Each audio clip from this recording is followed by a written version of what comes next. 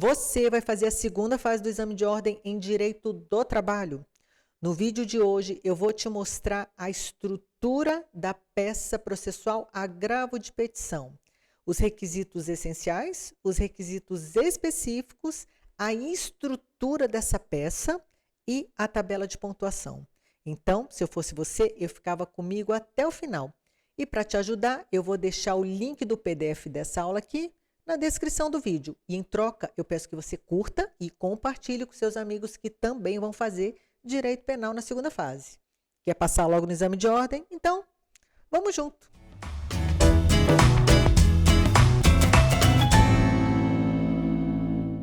Bora lá, pessoal. Primeira coisa que eu quero que vocês façam é pegar seu vade-mecum no artigo ali 897, a linha A da CLT, tá? É aí que está a fundamentação jurídica dessa peça. Quais são os requisitos essenciais do agravo de petição? Anota aí. Endereçamento, qualificação das partes, cabimento, tempestividade, preparo, delimitação da matéria e do valor impugnado, razões recursais, preliminares, prejudiciais de mérito, os pedidos e o fechamento da peça. Então, os requisitos essenciais de todos os recursos, né? Endereçamento, qualificação, o cabimento, a tempestividade, isso aí a gente já sabe, né? Colocar ali quais são as razões, colocar o pedido, tudo direitinho. Só que o pulo do gato, e eu quero que você preste bastante atenção, quais são os requisitos específicos dessa peça. Por quê? Porque é onde está a maior carga de pontuação da sua prova e é onde que vai fazer você passar ou não. E quais são eles?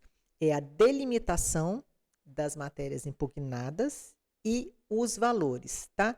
Esses são dois pontos super importantes. Eu vou mostrar na estrutura da peça para vocês e aí eu coloquei aqui um destaque para ficar mais fácil.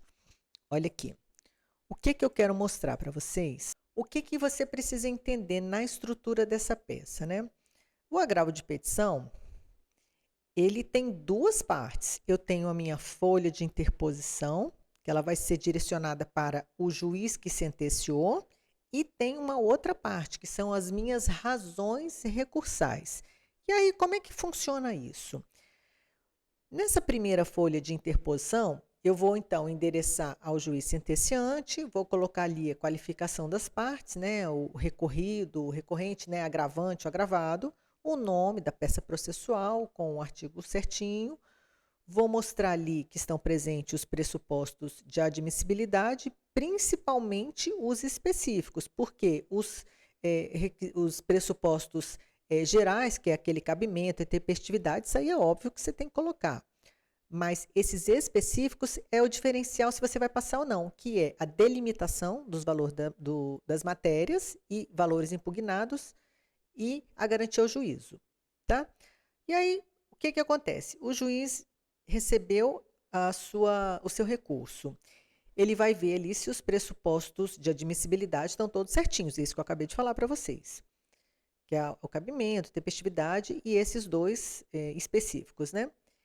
Ele viu que está tudo certinho, o que ele vai fazer? Ele vai mandar intimar a parte contrária, vai mandar intimar o agravado, para que ele apresente as suas contrarrazões, né? Que apresente a contraminuta no prazo ali de 8 dias, recebe e aí vai remeter para o tribunal julgar. Então, quem vai julgar, né, esse recurso vai ser o tribunal. Feito isso, eu agora vou mostrar para vocês as razões recursais. Vamos lá. Endereçamento, agora as minhas razões, elas vão ser direcionadas para onde? Para o órgão julgador, para o Tribunal Regional do Trabalho. A qualificação das partes eu falo também. Processo, se o enunciado não tiver dado nenhum número do processo, você coloca ali 3 pontinhos. Razões do meu agravo de petição. Então, primeiro tópico, a síntese dos fatos e da decisão impugnada, bem síntese mesmo, bem resumo, sem inventar nada, tá? Vou abrir um tópico para fundamentação jurídica, né? Quais são as razões da reforma da sentença. Dentro desse tópico, eu vou colocar preliminares, prejudiciais de mérito e aí sim as teses de mérito. Então, para quem não lembra, preliminares são aquelas questões processuais. Por exemplo, nulidade de citação, alegação de litispendência ou pedido de tramitação preferencial, enfim, tudo que for processual. Nas prejudiciais de mérito, normalmente a gente trata de prescrição e decadência, tá? E do mérito é o quê? É aquilo que eu vou impugnar um a um.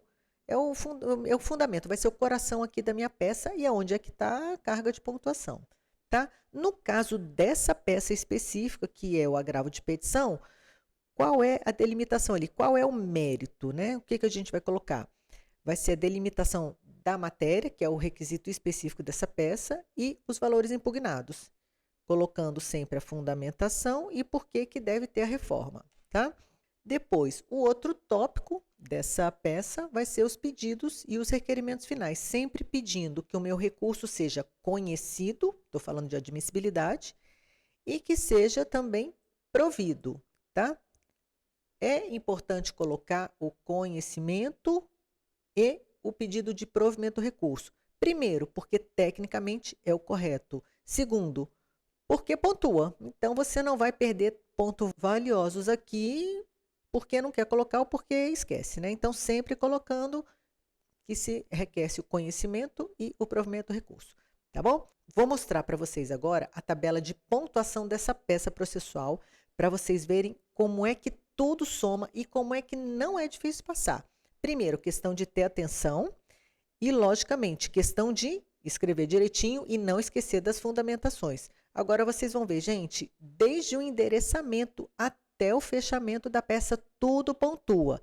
Lembrando que a peça processual, ela vale até 5 pontos. Para você passar na prova da segunda fase, você precisa de pelo menos 6 pontos. E agora eu vou te mostrar a tabela, vocês vão ver como tudo pontua. Não é difícil conseguir somar esse número. Vamos lá? Então, bora lá.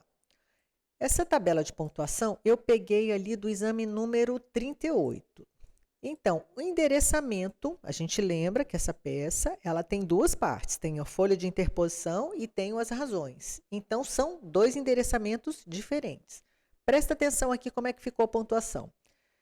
Ao juízo, aqui no caso, né, que era a 100ª vara do trabalho, que foi o juiz sentenciante, e depois as razões, endereçamento para o tribunal. Olha aqui, olha, quanto que eu ganho? 2 décimos. Indicando o artigo certinho da peça, que está lá no 897, a linha A da CLT, eu ganho 1 décimo. Qualificação das partes, eu identificando quem é o agravante, quem é o agravado, eu já ganho ali 2 décimos.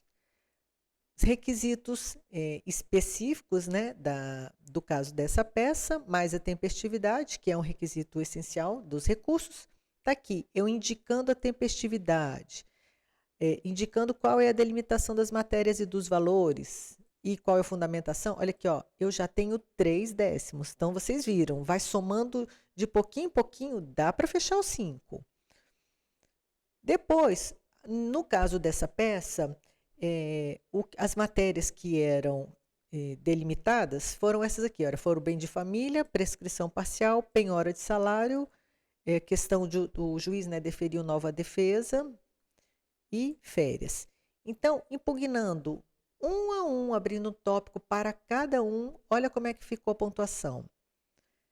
7 décimos, quando eu abri esse tópico aqui, então eu falo do tópico mais a fundamentação jurídica.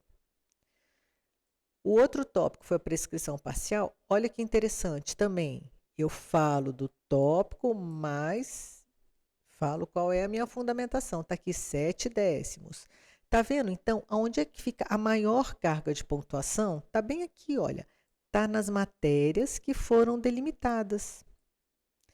E até nos requerimentos finais, né? Nos pedidos, a gente também pontua, olha, 3 décimos se eu pedir que o recurso seja conhecido e admitido. Se eu pedir o provimento do recurso, eu já tenho aí 3 décimos, ou seja, só pedindo que o recurso seja conhecido, que é questão de admissibilidade recursal, e que ele seja provido, eu já tenho 6 décimos aí. E depois o fechamento da peça também pontua. Então, vocês estão vendo que não é difícil, cada coisinha vai pontuando, desde o endereçamento até o fechamento da peça. Então, você tem que estar bastante atento. E o que a gente viu aqui? que esses requisitos específicos, principalmente da delimitação da matéria e dos valores, é onde está a maior carga de pontuação. Vocês viram que cada tópicozinho, no caso aqui, cada matéria pontuou 7 décimos. Então, somando tudo, não é difícil fazer. Agora, tem que praticar? Tem que praticar. A segunda fase do exame de ordem é um desafio e não tem mágica. Você tem que fazer a peça. E quando você estiver praticando, a minha sugestão, pratique com o seu Vademecum conjunto. Sempre também procurando ali no índice alfabético remissivo os artigos que você não lembra ou que você não sabe, porque vai te dar mais familiaridade e na hora da prova vai te ajudar muito mesmo, viu? E se esse vídeo foi útil para você, eu peço que você curta e compartilhe com seus amigos que também vão fazer a segunda fase do exame de ordem em Direito do Trabalho. E comenta aqui para mim, ajuda a deixar o PDF para você? E eu te vejo na próxima aula.